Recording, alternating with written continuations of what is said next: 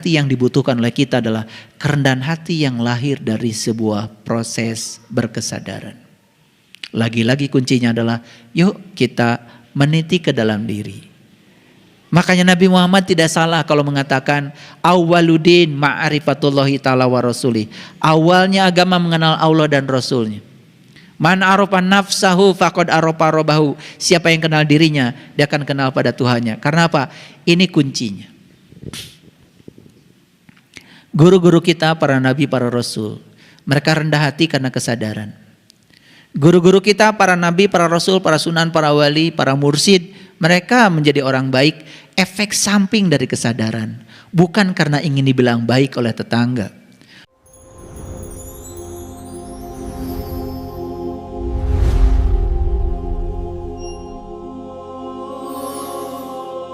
Ini saya kasih tahu pada kalian semua.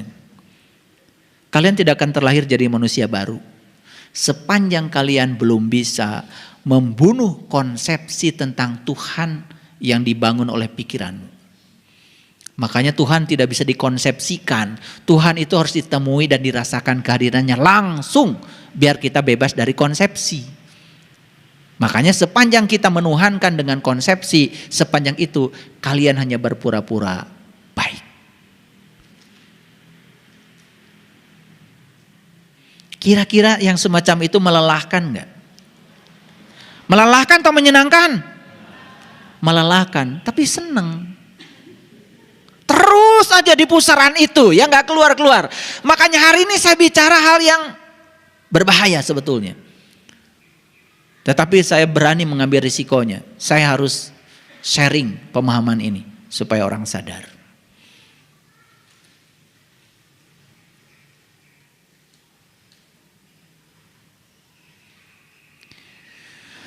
Hanya ketika ketidaksadaran memerintah dalam kegelapannya, semua jenis musuh akan masuk.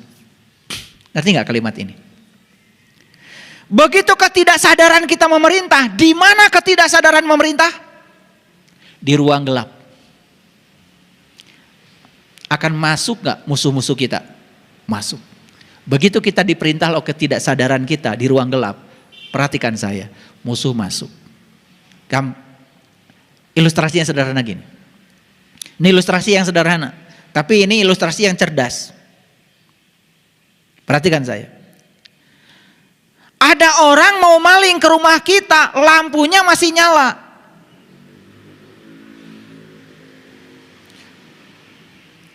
Berani nggak dia masuk ke rumah kita? Nggak berani. Tapi begitu lampu dimatikan, sudah gelap semua. Dan dia amati, lampu yang itu aja nggak pernah dimatikan, satu. Wah, sudah tidur nih. Masuk nggak? Masuk.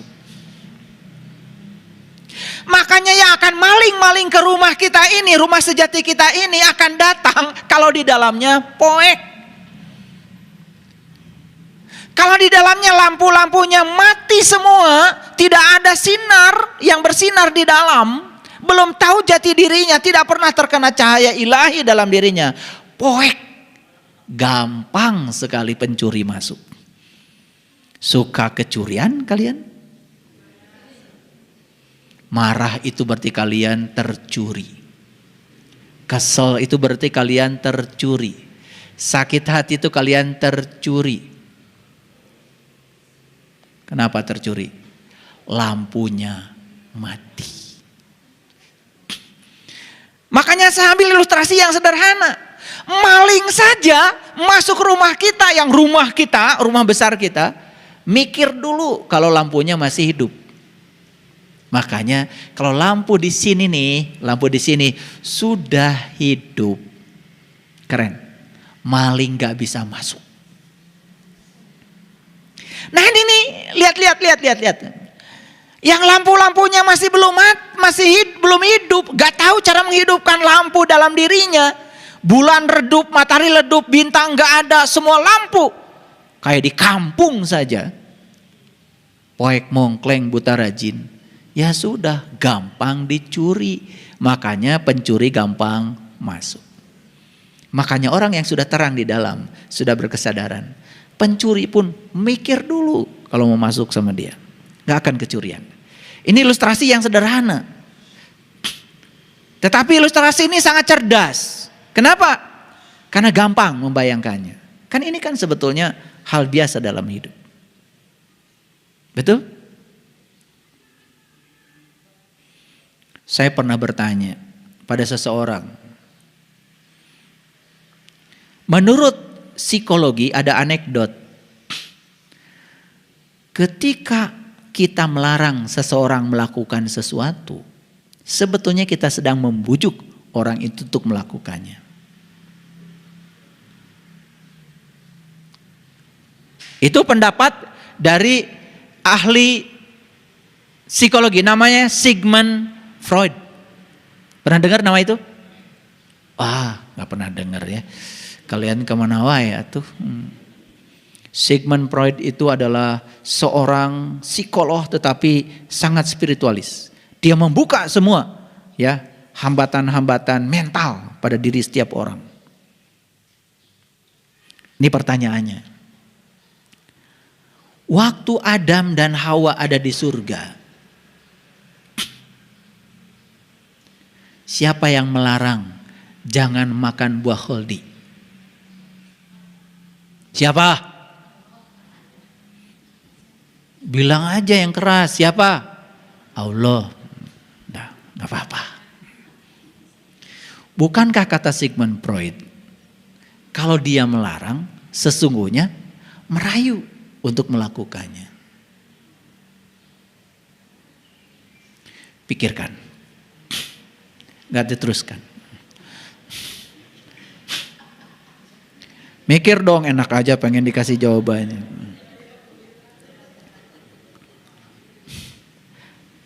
Kalian ngerti pertanyaannya sudah bagus. Apalagi kalau bisa menemukan jawabannya. Cari sendiri. 2. Kalau di rumah kita masih nyala, pencuri nggak masuk, setuju? Kalau di sini nyala, pencuri nggak bisa masuk. Jadi nih saya kasih tahu sama kalian semua yang suka tersinggungan, baperan, gampang sekali marah. Itu tanda bahwa rumahmu poek.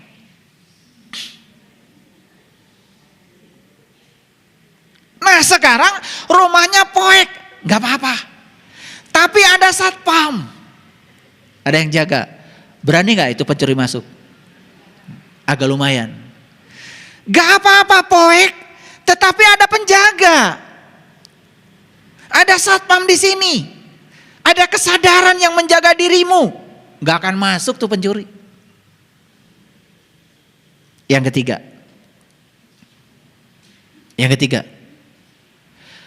Lampu sudah mati, satpam gak ada.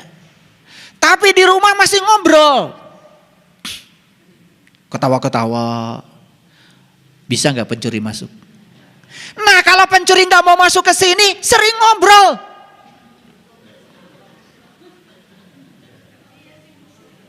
Ngobrol dengan siapa? Ya Allah. Kamu itu gak sendiri, kamu bersama Allah, kurang ngobrol.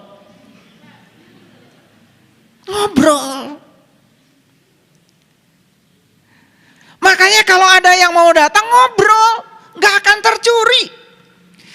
Apalagi kalau tiga-tiganya lampunya nyala, satpamnya ada, selalu terjaga, ngobrol terus menerus. Keren ini, gak mungkin tercuri. Ini yang disebut dengan kesadaran.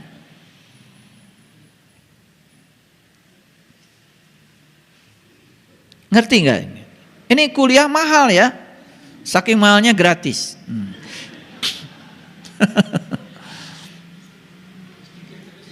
Ya, iya. Ngobrol itu bahasa asingnya, bahasa spiritualnya adalah zikir. Tapi zikir itu bukan menyebut. Zikir tuh mengingat. Karena banyak yang, mohon maaf ya, disuruh mengingat malah nyebut. Kalian baca subhanallah, alhamdulillah, Allahu akbar, itu bukan zikir, itu menyebut, namanya wiridan. Kalau mengingat itu gak ada suaranya. Sekarang kalian ingat gak sama orang tua? Itu kan gak ada suaranya. Ingat gak sekarang sama anak? Itu kan gak ada suaranya. Ingat duit gak sekarang? Nggak ada suaranya. Utang kali ingat nggak sekarang? Nggak ada suaranya. Ingat tuh nggak ada suaranya. Yang penting kita tahu yang diingat. Ingat tuh di batin. Makanya di dalam Quran dikatakan mengingat Allah itu harus seperti kau mengingat bapakmu. Faiza qadaitu manasikakum fazkurul kazikrikum abaakum. Mengingat Allah itu harus seperti kau mengingat bapakmu. Ingat gak sama orang tua sekarang? Orang tua siapa? Lah orang tuamu. Saya gak bisa ingat orang tuamu. Saya ingat orang tuaku. Jangan paksa orang tua saya mengingat orang tuamu. Siapa orang tuamu? Namanya siapa? Agus. Bentar, sambil tasbih dulu. Agus, Agus, Agus, Agus, Agus, Agus. Sedang apa saya? Sedang nyebut. Apakah saya berhasil mengingat Agus? Ya enggak. Yang bisa mengingat Agus cuman kamu, anaknya Agus. Yang gini saja kadang-kadang gak pernah mikir karena tidak sadar. Saya dulu waktu kecil sama bapak saya, kamu banyak-banyak zikir ya. Gimana Pak caranya? Ya baca subhanallah 33. Alhamdulillah 33. Loh kok zikir ada suaranya Pak? Ah kamu banyak ngomong. Lakukan aja. Saya gak bisa melakukan sepanjang saya belum mengerti. Karena saya gak ngerti. Disuruh mengingat tetapi malah saya disuruh menyebut. Alatnya udah beda, ingat itu di sini, nyebutkan di sini. Tapi sekarang banyak sekali yang nyebut-nyebut nama Tuhan, merasa dia sudah ingat pada Tuhan, disebutnya zikir. Zikrullah katanya. Aneh saya. Tetapi yang aneh-aneh ini semakin banyak. Karena yang tidak sadar semakin banyak. Karena banyak gurunya. Guru ketidaksadaran. Sekali lagi para sahabat, saya tidak sedang mengubah kalian harus menjadi saya. Tidak ada kepentingan bagi saya. Saya sedang memaksimalkan kalian menjadi diri kalian sendiri. Tidak usah jadi saya. Tidak penting bagi saya kalian ngikut saya atau tidak ngikut saya, gak penting. Sungguh saya gak cari murid kok. Gak cari jamaah lagi. Makanya ada yang tanya, ya, gimana nih kalau majelis taklim yang saya bina katanya tidak bertambah-tambah. Emang gue pikirin. Emang saya ngajar ngaji nambah majelis taklim gak penting bagi saya. Yang penting saya sudah menginspirasi banyak orang tentang apa yang saya alami. Karena saya tidak pernah mau mengubah orang harus seperti saya. Kalau saya mengubah Anda harus seperti saya, berarti saya ragu dengan keyakinan saya. Dan untuk meyakinkan keyakinan saya tidak perlu Anda harus meyakinkan saya. Tidak perlu. Karena keyakinan saya adalah pengalaman saya. Itulah bedanya. Jadi kalau ditanya kenapa saya beda? Ya memang beda. Saya tidak pernah jadi orang kok. Saya jadi diri saya aja. Dan tidak bisa diubah. Inilah saya. Karena memang saya ditugaskan semesta untuk menjadi diri saya. Bukan menjadi kalian. Bukan menjadi siapa-siapa. Ngerti maksud saya? Dan menjadi diri sendiri itu nikmatnya luar biasa, bebas, merdeka. Karena kita tidak pernah mengizinkan diri kita tertindas oleh orang lain. Saya tidak mau menjadi sadism, saya juga tidak mau menjadi masochis. Gak mau dua-duanya. Saya menjadi diri saya sendiri saja. Begitu menjadi diri sendiri, kenal diri sendiri, yang keluar dari sini cuma satu, cinta kasih dan belas kasih. Keinginan untuk menyayangi setiap makhluk. Itulah bedanya orang sadar dengan orang baik. Kebajikan tidak akan pernah menjadi kebajikan jika tidak sadar. Bagaimana kita bisa berbudi luhur jika kita tidak sadar? Akan ada ego raksasa di balik kebajikan kita. Hati-hati, banyak orang yang kelihatannya sedang melakukan kebajikan, tetapi dia tidak sadar. Sebetulnya dia sedang ngasih makan egonya sendiri. Egonya bukan menjadi kecil, tapi egonya semakin membesar, semakin meraksasa. Apa yang terjadi? Dia akan menjadi diri palsu. Karena dia akan mengidentikan diri dengan egonya sendiri.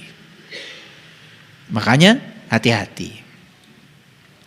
Kekudusan yang dikerjakan dengan kepura-puraan sia-sia. Maaf ya. Kan kita ini ingin dipandang suci kadang-kadang oleh orang berpenampilan suci. Pakai pakaian yang menurut orang pakaian itu suci. Betul? Padahal kesucian tidak bisa dilihat dari pakaian.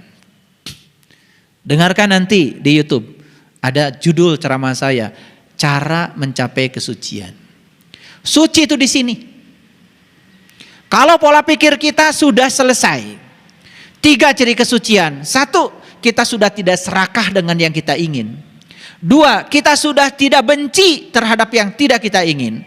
Yang ketiga, sudah bebas kita dari kegelapan. Lampunya sudah menyala. Kalau 3 sudah dicapai, suci. Ciri orang suci, pola pikirnya suci.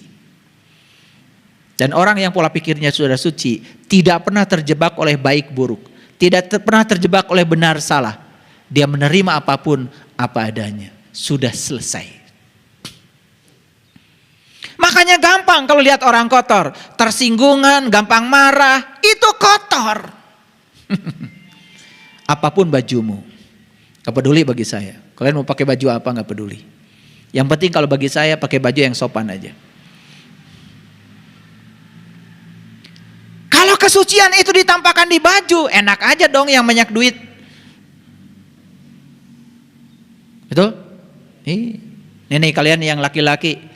Kalau ingin jadi kelihatan seperti wali, gampang. Ke pasar baru bawa uang 150.000. Kalian beli yang dililitkan ke sini, beli jubah. Jubah itu kebalikan dari baju. Kalau baju ini, baju. Dibalikan jubah. Saya tidak suka pakai jubah, karena kebalik. Saya sukanya baju. Makanya ada yang tanya, kenapa katanya saya kok ceramah pakai saya pakai baju. Saya nggak suka pakai jubah, kebalik. Supaya tambah keren lagi, tambah 25.000. Sorban. Udah, kalian kemana-mana suci kelihatannya. Kesinggung dikit aja langsung tuh binatang keluar dari badanmu. Itu orang suci. Begitu istrinya tidak sama dengan dia, sudah stop, kamu jadi istri saya. Saya cari yang lain. Sucinya di sebelah mana? Dia hanya mau menerima yang dia mau. Dan dia tidak mau menerima yang tidak dia mau. Padahal di istri kita, di suami kita ada dua-duanya. Yang kita ingin dan yang tidak kita ingin ada pada dia dua-duanya. Kamu licik hanya ingin yang kamu ingin. Di mana letak kesucianmu? Makanya kalau sudah berbicara aspek luar, kita ini kerap kali tertipu. Ada orang pergi ke gunung. 15 tahun, 20 tahun di gunung. Gak makan, gak minum. Wah, cuman makan yang seadanya di hutan.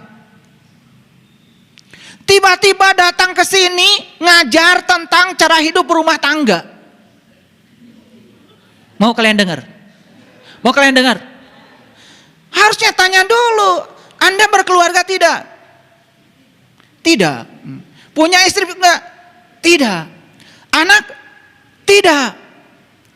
Pernah nikah? Belum. Ngapain Anda ngasih ceramah kami?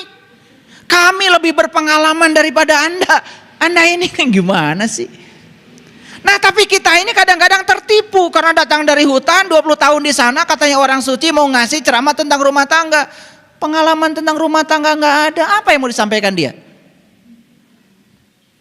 Kita ini suka tertipu. Ada orang menceritakan gimana caranya menjadi orang kaya. Tinggal heula imahna. Ini kadang-kadang kita ini suka tertipu. Mau kemana? Ini mau cari apa? Cari mantra jadi orang kaya. Mau ketemu siapa? Oh di sana katanya ada orang hebat, orang pinter. Di mana? Di gunung. Tinggal di mana? Di gunung. Rumahnya kayak apa? Gubuk. Gak waras itu. Mau minta cara kaya pada orang yang belum pernah berbisnis. Apa yang mau dikasih? Baca ini sekian kali, baca ini sekian kali, buang-buang waktu. Dan sekarang masih banyak orang yang percaya, baca ini sekian kali seluruh dosa diampunkan, baca ini sekian kali utang lunas. Gimana sih? Baca surat Al-Kahfi katanya tiap hari Jumat 7 kali, utang lunas. Tambah besar utangnya, karena gak ada waktu buat bayar utang. Betul gak? Habis waktunya baca surat. Tapi yang kayak gitu-gitu itu masih laku. Saya bukan anti dengan itu. Betul, di surat Al-Kahfi itu ada cara untuk bayar utang. Tapi utang pada Allah. Bayar dulu utang itu pada Allah. Karena utang yang paling besar manusia adalah tidak tahu dan kenal pada Tuhan. Masuk ke dalam gua yang bisa memberikan kamu keselamatan. Kalau sudah kamu kenal dengan jati dirimu. Kenal siapa dirimu. Kenal siapa Tuhanmu. Semua hidupmu akan beres. Mulai dari kesadaran. Sadar dibangun, baik pasti. Tidak berpura-pura jadi orang baik. Bedah isinya. Makanya sudah ada tuh. Saya sudah membedah surat Al-Kahfi 1 surat. Gak tahu berapa episode tuh, nanti tanya Kang Dadan. Sudah tersedia kalau mau. Benar-benar saya kasih tahu cara menjadi orang kaya. Hati-hati, kaya di situ artinya tidak seperti yang kalian pikirkan. Paham maksud saya? Coba waras sedikit ya. Kekudusan yang dikerjakan dengan kepura-puraan adalah sia-sia. Karena itu tidak akan membawa kesederhanaan. Itu tidak akan membawa kerendahan hati. Itu tidak akan membawa pengalaman ketuhanan yang hebat. Yang terjadi hanya memberikan nutrisi pada ego. Jadi kalau hari ini kita berpura-pura suci karena ingin dipandang baik oleh orang lain. Agar tetangga hormat pada saya karena saya orang baik. Stop. Tidak akan membantumu. Tetap saja kekotoran melekat dalam dirimu. Betul? Tersinggung sedikit aja bisa pindah rumah. Betul apa tidak? Iya. Tuh yang ketawa paling kencang tuh. Kesinggung dikit aja pindah rumah. Banyak manusia yang seperti, ulangi ya. Banyak manusia yang seperti menjalani kehidupan orang suci yang terhormat, tapi busuk di dalam. Dan menjalani kehidupan yang tidak berarti. Dosa tetap aja akan menjadi dosa, bahkan kebajikan bisa jadi menjadi dosa dalam tanda kutip. Moralitas tetap saja tidak bermoral. Sepanjang kita hanya berpura-pura. Ayo lihat saya. Kalian sedang duduk mendengarkan saya kuliah seperti ini. Semua itu kelihatan seperti orang sabar. Betul nggak? Seperti orang soleh. Ya seperti. Lo aslimu bukan di sini. Aslimu tuh nanti keluar dari sini. Makanya kenapa di masjid ini saya tidak kasih batas suci. Biar kalian tetap suci ketika keluar dari masjid ini. Makanya ada kan di masjid pakai batas suci. Makanya sucinya tuh di masjid. Betul apa tidak? Keluar dari situ naik sepeda motor kesinggung sedikit. Padahal habis sholat nyerang. Keluar tuh binatangnya. Makanya goreslah orang yang disebut suci olehmu itu. Cubitlah sedikit. Pasti binatangnya keluar. Itu artinya busuknya masih ada di dalam. Karena kalau ingin lihat busuknya seseorang, kasih pancingan. Hal yang tidak dia suka. Keluar tuh aslinya. Ngerti maksud saya? Makanya di sini semua seperti sabar. Seperti soleh. Duduknya pun rapi. Seperti senang kerapian. Seperti. Aslinya di mana? Aslinya dirimu itu saat berhadapan dengan kontradiksi. Jadi, kebajikan tanpa kesadaran hanya kepura-puraan. Hanya kemunafikan. Hanya akan membuat kita menjadi diri palsu. tidak bisa membebaskan. Sebaliknya hanya membuat kita terpenjara oleh diri kita sendiri. Aneh. Seorang ibu merasa malu ketika anaknya punya anak perawan belum menikah. Baru usia 23. Makanya cari ke sana kemari, ya. Makelar. Juru sambung, calo dan lain-lain. Supaya anaknya cepat menikah. Dan ketika anaknya menikah dia senang. Karena tetangga akan bilang kalau dia itu sukses membangun rumah tangga. Rumah tangganya baik. Padahal dia menindas anaknya sendiri. Karena cepat-cepat ya sudah dinikahkanlah anak itu dengan siapa saja. Yang penting nikah. Apa yang terjadi? 2-3 bulan bubar. Ini orang tua. Pendidikan dia ikut campur. Urusan pekerjaan dia ikut campur. Bahkan diajarkan anaknya untuk sogok sana sogok sini supaya diterima pekerjaan. Aneh saya. Kok kita berani memberikan racun pada anak kita sendiri? Anak saya, kamu mau sekolah di mana? Mau sekolah di... Anak saya yang paling besar sekolahnya di kampus saya. Tes kamu. Katanya ada jatah ya. Jatah dari mana? Gak ada jatah-jatahan. Tes. Keterima? Ya udah, itu berarti bagus buat kamu. Gak keterima, jangan minta tolong ayah.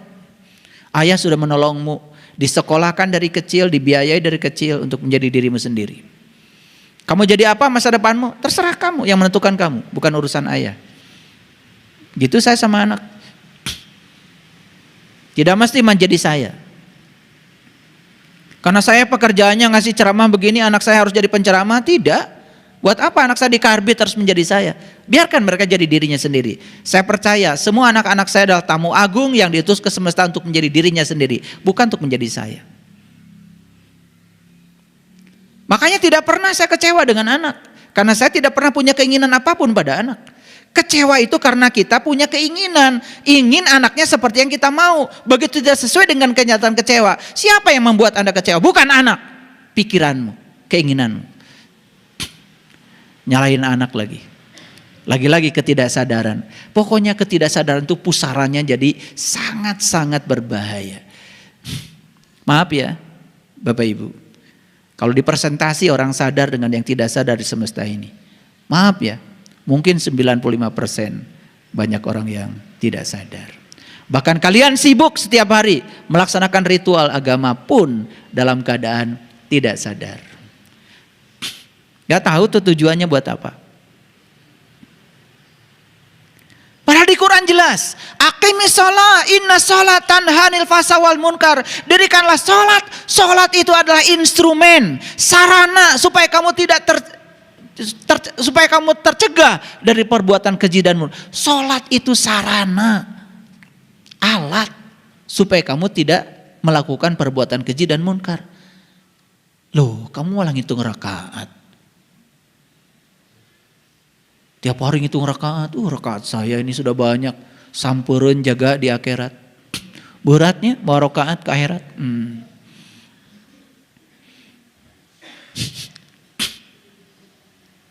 Segala teh seetik bekal kau akhirat, bekal kau akhirat. Bayangkan ya, begitu mau ke akhirat bekalnya terlalu banyak, nggak pergi tuh ke akhirat.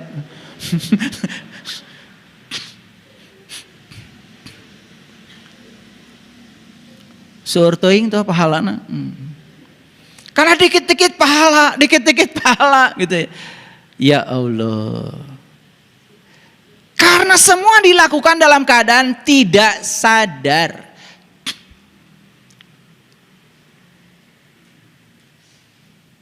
Paham sampai di sini?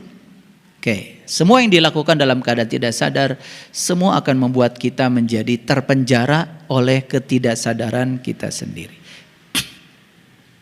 Yang dibutuhkan sekarang adalah kesadaran. Yang dibutuhkan sekarang adalah perhatian penuh. Karena perhatian penuh itulah kunci utamanya. Perhatian penuh membuka semua kunci keberadaan. Apa kesadaran itu? Lihat saya. Kesadaran itu adalah hidup dari waktu ke waktu. Gak usah memikirkan besok apa. Gak usah memikirkan masa lalu. Apa yang bisa kita lakukan saat ini, di sini, sekarang, lakukanlah. Sadar itu artinya apa? Hidup dari waktu ke waktu. Sekarang sedang ngaji, ngajilah dengan sadar. Habis ngaji nanti makan, makanlah dengan sadar.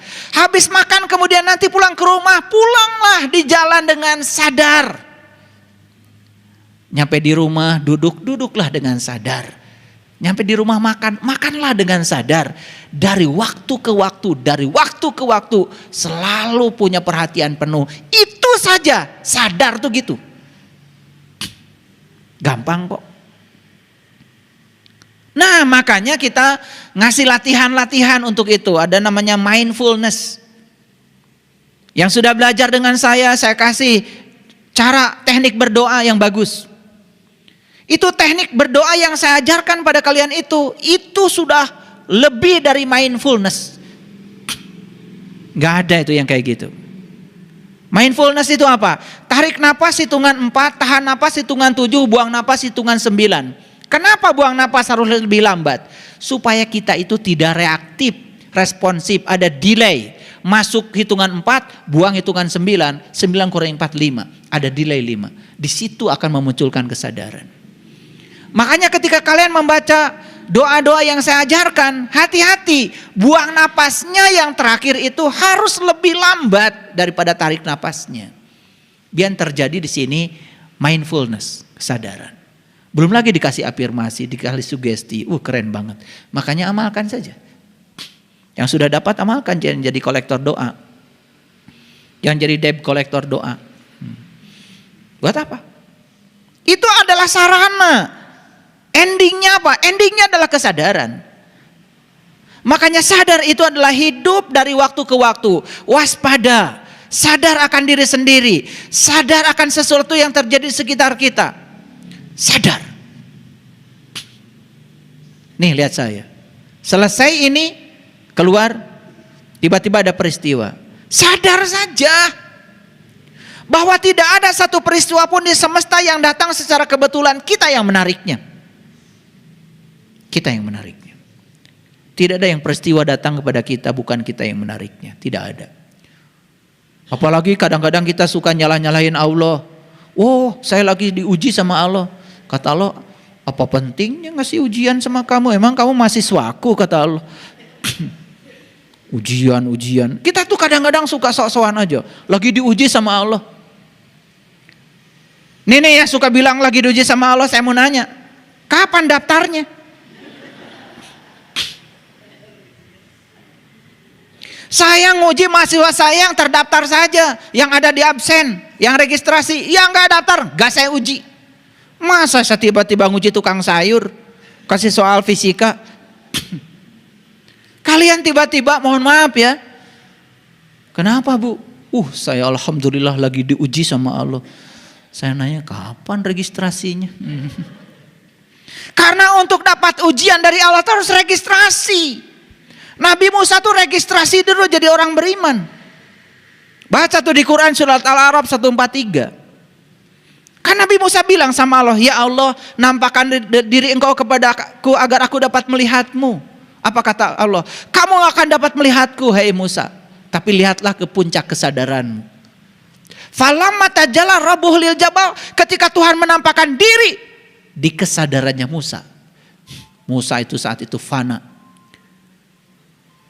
Gunung hancur luluh, kesadaran Musa hilang. Dan Musa jatuh pingsan. Pingsan di sana bukan karena Allah jahat. Masa pengen ketemu Allah langsung Musa pingsan. Sadis banget Allah. Bukan, itu bahasa simbolik. Fana, menyatu dengan Allah. Dan di situ ada kata-kata Musa. Apa kata Musa? Qala subhanaka tubtu ilaika wa ana awalul mu'minin. Maha suci Engkau ya Allah. Terima kasih Engkau telah mengenalkan Engkau padaku. Dan aku bisa mengenalmu. Dan inilah awal aku beriman. Itu registrasi Musa di situ. Kalian gak registrasi tiba-tiba dapat ujian. Apalagi, wah ini lagi dapat musibah dari Allah. Kata Allah, sejak kapan gue bikin musibah? Ya Allah, aku sakit ya Allah. Aku yakin sakit ini darimu. Engkau sendiri yang menyembuhkan. Gak ada di Quran. Sesungguhnya sakit itu dariku. Dan aku yang menyembuhkan, gak ada. Yang ada di Quran cuma satu. Fa'iza maritu fahuwa yasfin. Apabila kamu sakit, aku yang menyembuhkan. Sakitnya buatanmu sendiri. Tapi hebatnya Allah, walaupun kamu bikin sakit, tapi Dia yang menyembuhkan. Sembarangan sakit dari Allah. Kenapa Bu? Ini saya lagi dikasih sakit sama Allah. Aduh, untung aja Allah tuh gak tersinggungan. Coba kalau Allah baperan, langsung Allah bersuara, enak aja kata Allah. Lo sendiri berdiri berjam-jam cari uang segede pintu, gak berhenti-berhenti. Udah gitu begitu gempor kakinya bilang dari Allah. Makanya yang paling gampang itu kan sebetulnya segala sesuatu itu ditempuhkan ke Allah. Beres. Betul nggak? Aduh.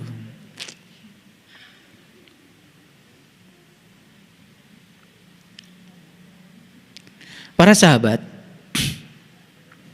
kita disuruh untuk menjadi orang yang rendah hati. Kenapa? Lihat, kalau ada tanah tinggi, kemudian turun hujan.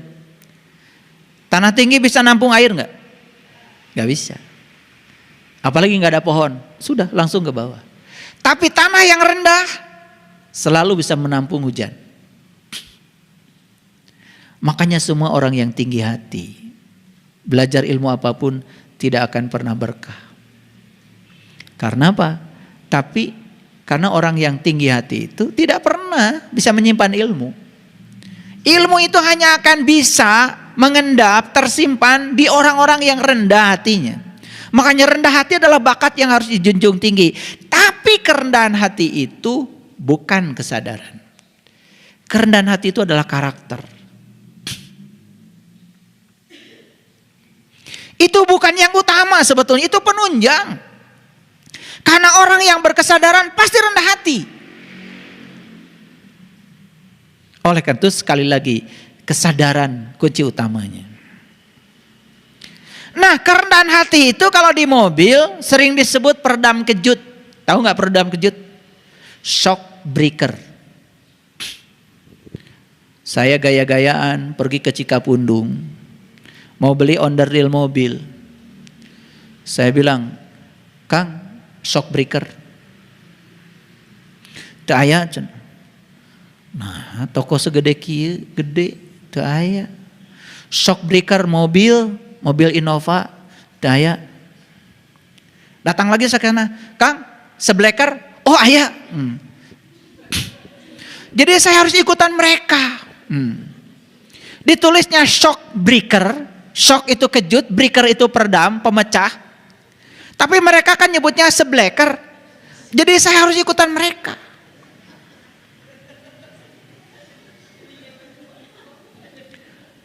Jadi yang menghubungkan setir dengan tyrant itu namanya idle arm. Saya pergi ke sana. Idle arm, penghubung setir dengan tyrant. Eueuh cenah. Kang, ping-ping hayam. Aya cenah. Ternyata mereka menyebutnya ping-ping hayam. Karena bentuknya idle arm tuh persis kayak paha ayam. Jadi kadang-kadang kita harus turun ke bawah ngikutin mereka biar komunikasi jalan gitu. Jadi tong gaya-gayaan lah. Nah disitulah perlu kerendahan hati ya. Karena kalau kita tinggi hati langsung ngasih ceramah. Mana eta sekolah di mana? Tanya nyahoatan shock breaker, Tinggal lihat tuh tulisannya shock breaker, nah dibaca jadi sebleker. Percuma ceramah di sana, percuma. Yang penting kita bisa beli under deal, itu aja. Ini kebijaksanaan, Makanya jangan terlalu usil ya soal itu. Jadi para sahabat ya, kerendahan hati itu hanya peredam kejut.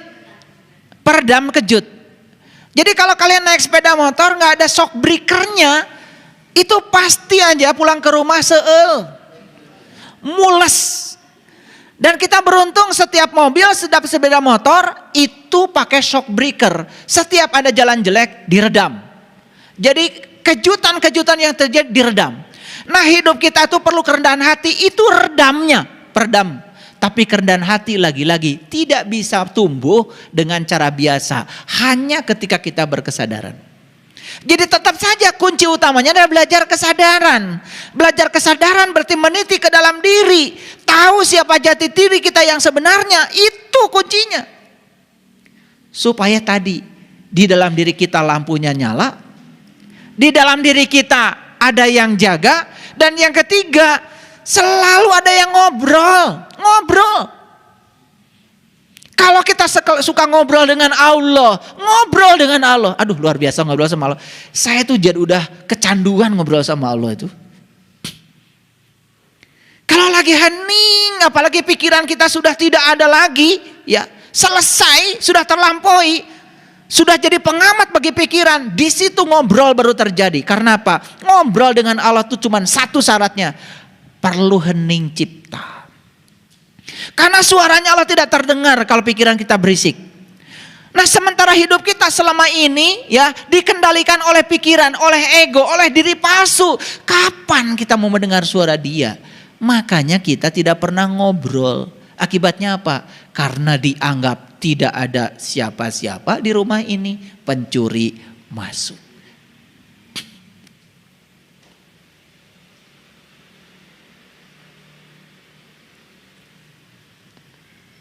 Jadi kerendahan hati ini bisa menjadi peredam kejut.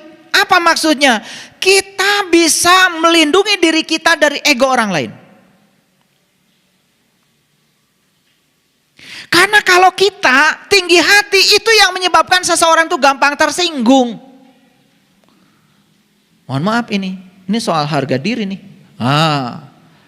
Ini masalah nama baik nih. Sewa ini, sewa itu, ngurusi hukum cuman karena pencemaran nama baik. Duh, hamur duit. Sudah, kalau nama kita dicemarkan oleh orang sepanjang kita tidak mengizinkan tercemar, enggak apa-apa. Habis beritanya sudah nyampe kemana-mana, besok juga lupa.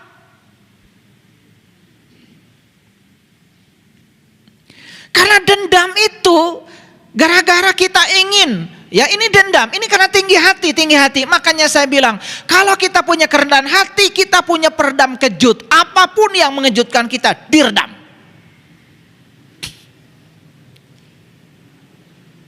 Tahu nggak Mercy, BMW, tahu?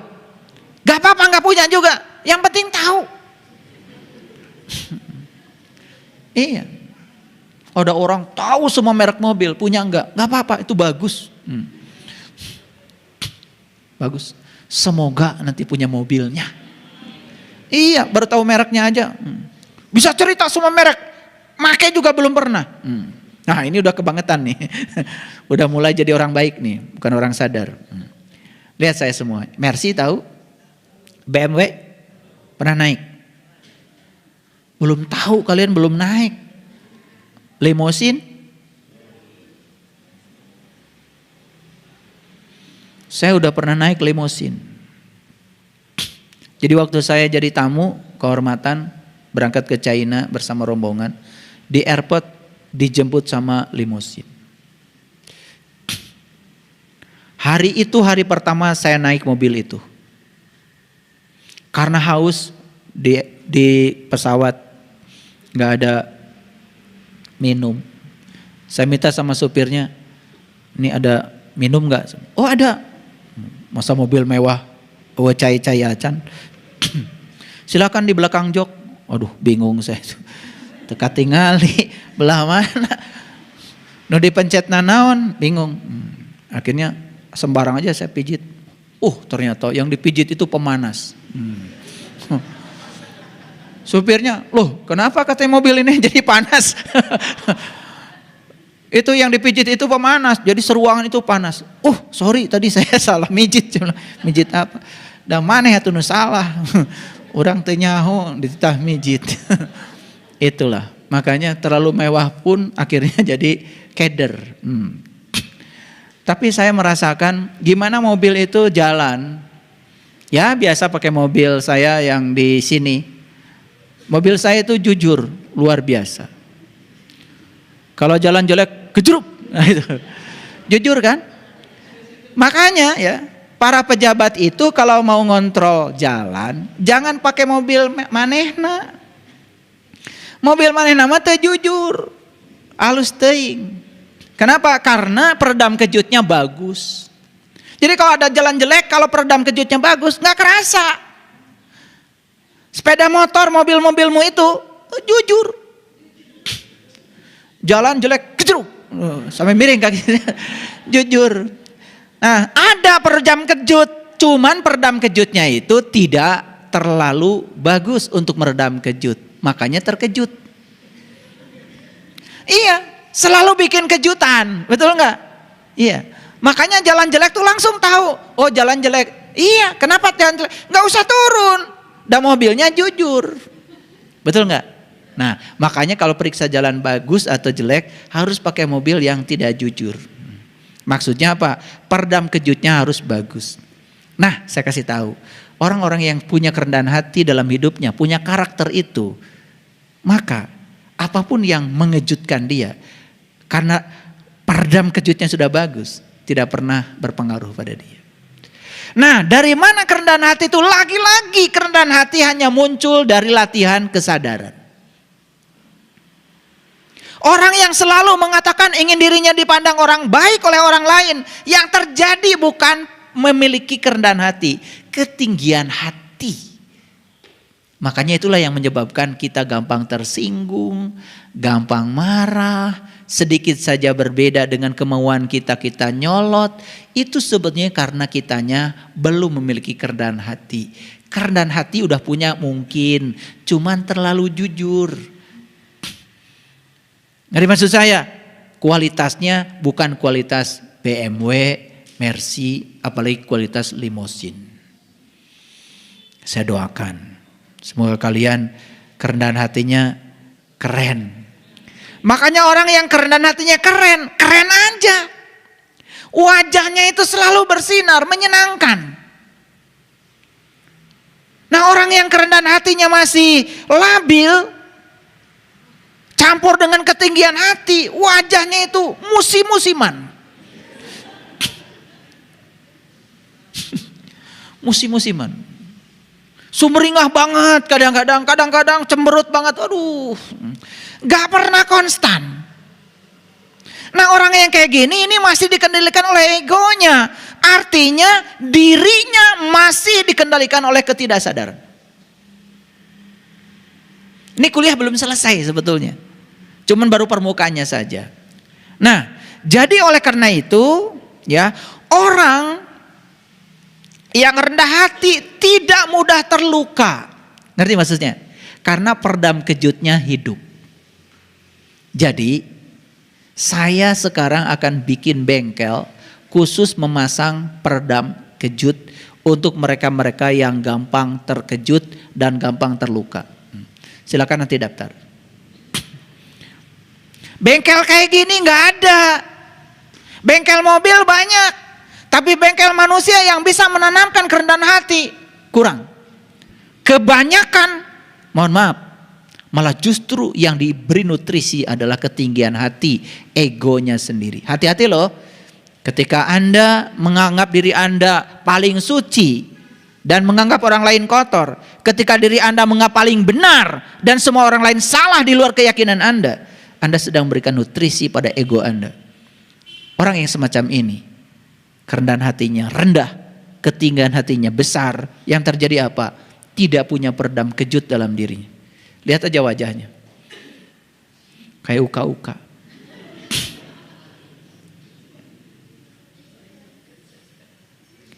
Jadi mudah terluka. Terluka lagi. Kenapa? Nih, terlalu sensitif.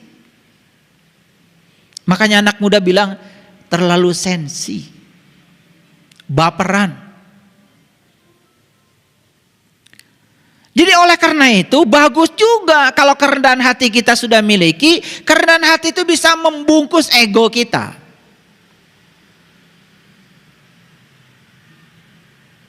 Tetapi sekali lagi, ketika kerendahan hati yang semacam itu digunakan untuk membungkus ego sesaat, maka kerendahan hati itu tidak asli lagi. Kerendahan hati yang dibutuhkan oleh kita adalah kerendahan hati yang lahir dari sebuah proses berkesadaran. Lagi-lagi kuncinya adalah yuk kita meniti ke dalam diri. Makanya Nabi Muhammad tidak salah kalau mengatakan awwaluddin ma'rifatullahi ta'ala wa rasulih. Awalnya agama mengenal Allah dan Rasulnya. Man arafa nafsahu faqad arafa rabbahu. Siapa yang kenal dirinya, dia akan kenal pada Tuhannya. Karena apa? Ini kuncinya. Guru-guru kita, para nabi, para rasul, mereka rendah hati karena kesadaran. Guru-guru kita, para nabi, para rasul, para sunan, para wali, para mursyid, mereka menjadi orang baik efek samping dari kesadaran. Bukan karena ingin dibilang baik oleh tetangga. Bukan ingin dibilang baik oleh suami. Bukan ingin dibilang baik oleh bapak dan ibu mertua. Bukan karena ingin dibilang baik oleh orang lain. Semua hal yang ingin menyetujui kita supaya kita dibilang baik, sebetulnya kita sedang membuat penjara bagi diri kita sendiri.